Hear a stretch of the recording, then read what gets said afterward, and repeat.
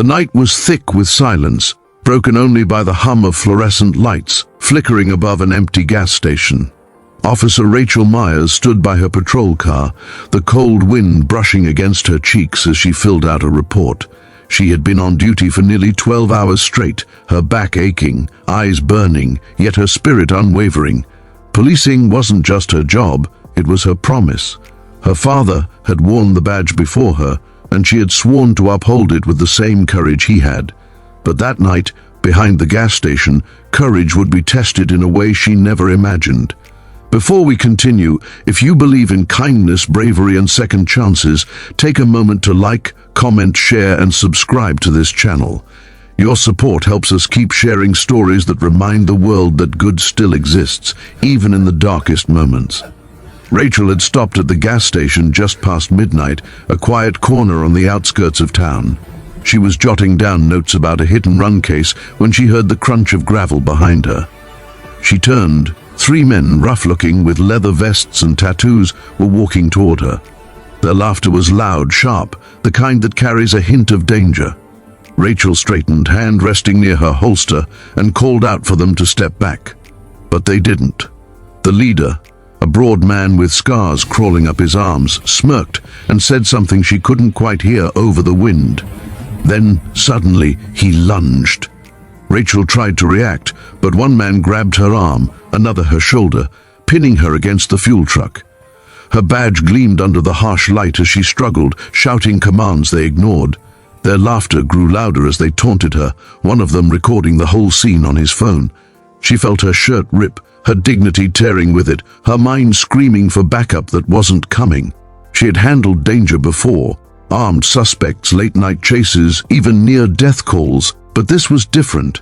This wasn't about the law, it was about power, and for the first time in years, fear crawled into her heart.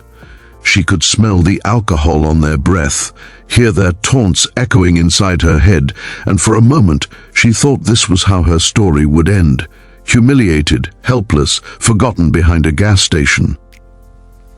Then came the sound. Motorcycles, low, thunderous, and growing louder, the kind of sound that made people step back, the kind that made the air tremble. Rachel couldn't see them yet, but the men could. They froze for a split second, eyes darting toward the parking lot. Headlights cut through the darkness, one after another, until 6 massive bikes rolled in, their engines roaring like beasts. The insignia on their jackets was unmistakable, the Hells Angels. The 3 attackers tried to laugh it off, pretending nothing was wrong, but the bikers didn't stop. The leader of the Angels, a grizzled man with gray in his beard and calm fury in his eyes, stepped off his bike. "You boys think that's funny?" he said, his voice low but heavy with threat. Nobody answered.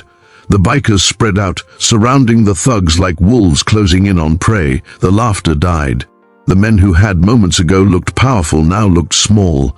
Rachel stumbled back, her hand shaking as one of the angels gently helped her steady herself. "You're safe now," he said quietly. She wanted to speak, to thank him, but her throat felt tight.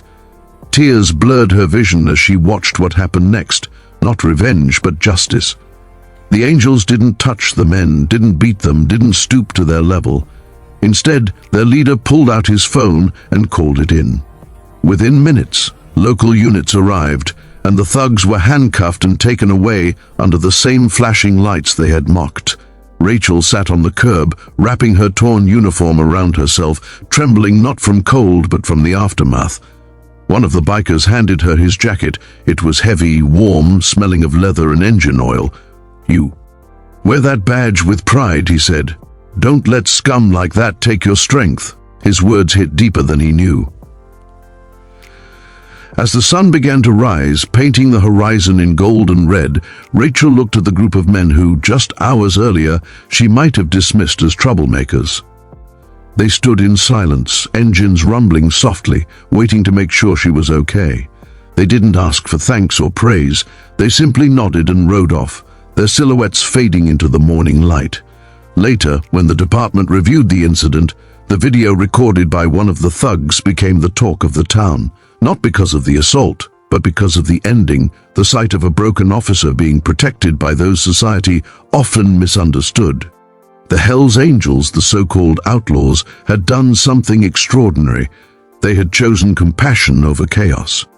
For Rachel, that night became more than a memory, it became a lesson.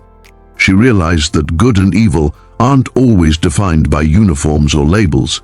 Sometimes kindness comes from the places we least expect, and sometimes heroes wear leather instead of badges. She returned to duty weeks later, her spirit scarred but stronger. Every time she drove past that gas station, she remembered the moment she thought all hope was gone, and how it returned on the roar of motorcycle engines. The angels had vanished back into their world, leaving behind no names, no thanks, just a silent reminder that even the roughest souls can carry light inside them. If this story touched your heart, please like, share, and subscribe to the channel. Let's remind the world that humanity still breathes, even in the most unlikely corners.